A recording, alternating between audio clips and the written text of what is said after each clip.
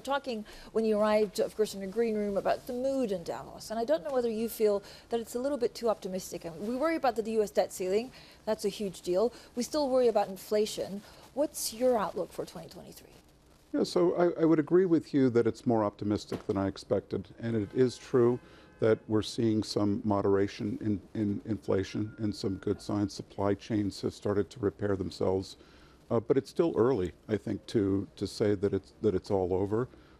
I think that if you think about the United States, I mean, you still have a very, very tight labor market in most areas. That tends to provide inflationary pressure. You've got the situation in China with COVID, and we just don't know if that will result in any kind of production problems that will become inflationary. You've still got a lot of fiscal stimulus that's working its way through the system and will result in at least, it'll have good impact, things like the Inflation Reduction Act, but in my mind, it's too early to be optimistic. And then lastly, and maybe most importantly, there's a lot of geopolitical risk out there. We don't know what's going on in Ukraine yet in terms of what that outcome will be. And by the way, in the United States, the potential for a debt ceiling fight. So first of all, how do you view the U.S. debt ceiling issue? Is this something that could turn ugly? We talk about the 24th hour. Could we go into the 25th? And could we even see a U.S. downgrade? Yeah, the idea that we're even talking about this after what we've seen in the past, to me, is very disappointing. This is about money that we've already spent, money that we've already borrowed, and that we need to actually honor that. So this is not the way a political fight should occur. I think that markets have not priced it in. They don't typically do until it gets very close. But it would be catastrophic if this got pushed through to a actual, we're not going to pay our bills. Ron, we also had the keynote speech from the Vice Premier of China yesterday, and then a few select financiers got to meet him also privately. Were you given assurances that China is reopening in the right way? So I think I'm actually optimistic about China. I think the Biden administration has done very good work with China. I think there's a recognition that while there could be some select decoupling, and there needs to be, if you think about chips and things like that, I mean, these are two major trading partners, and China is an important trading partner to the rest of the world. So some of the personnel moves that apparently have been made in China, I think, are strong signals. So again, it's far from over, and it's not the situation that we enjoyed back in the mid of the last decade. But I'm more optimistic about that from a geopolitical perspective. I think, again... What does that mean for the economy? So we have Janet Yellen also meeting with the Vice Premier, I think in about an hour in Zurich, 2 hours away from Davos. Yeah. Is this good news? I think it is good news. I think to the extent to which there can be some certainty. But listen, you've already... We've seen peak dependence on China from most parts of the developed world, certainly the United States. I think you've already seen a lot of supply chain reconfiguration. I'm told that, in fact, if you look at the port of LA for several decades, most ships came from China. The largest single one now is Vietnam. So that's a sign, that's actually a healthy sign to me, that there's less dependence. But we've got a long way to go, and a lot of things can change.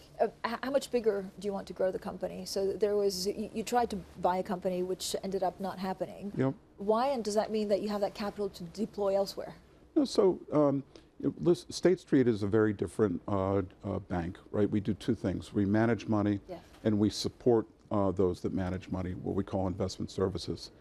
These are both scale businesses, and to the extent to which we can get more scale. And there's scale because the technology investment is enormous. And many banks have decided that it's not where they want to put their capital. For us, it's our core business. So to the extent to which we have an opportunity, we will. Having said that, our organic growth has been, we're very pleased with our organic growth. But do you think you'll buy something? I mean, you're talking about opportunities. Are you actively looking for an opportunity? Because valuations are cheap. Yeah, we're not actively looking. I mean, this is a small market, though, so we tend to know what's going on.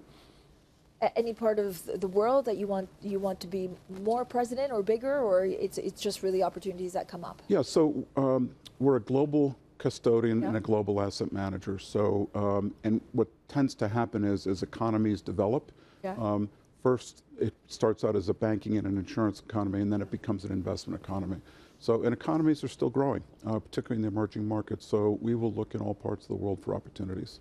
Ron, what's your take on what's going on with crypto? I know you also tried to do not actually something in crypto per se, but kind of like on the back end. Does that continue? Does it change your plans because of what happened with FTX? Yeah, I think what's going on in crypto is that there is not a consistent regulatory framework out there. Some basic things, as we saw in FTX, weren't occurring. Custody. Right? What custody means is that the assets are segregated and can't be used for purposes other than what the client directs. So until there's that kind of framework, I think there'll be limited institutional investment interest in it.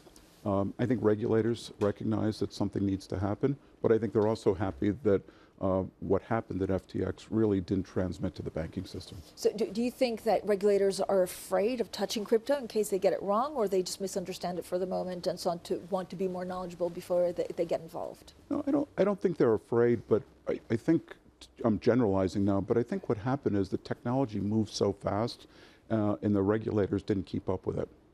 Part of it was moving so fast, nobody really knew where it was going. But now we have a sense in terms of what happened with FTX, and right. A lot of people were affected, but the system wasn't.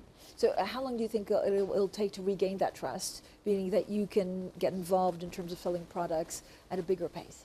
Well, I would separate crypto from digital assets broadly. And I think there's still a bright future for tokenization. There's a lot of central banks thinking about central bank digital currencies. So I think that's proceeding forward at pace. And I think in terms of crypto as a broad-based investment asset, I think we're going to have I think it'll be a while before we see that.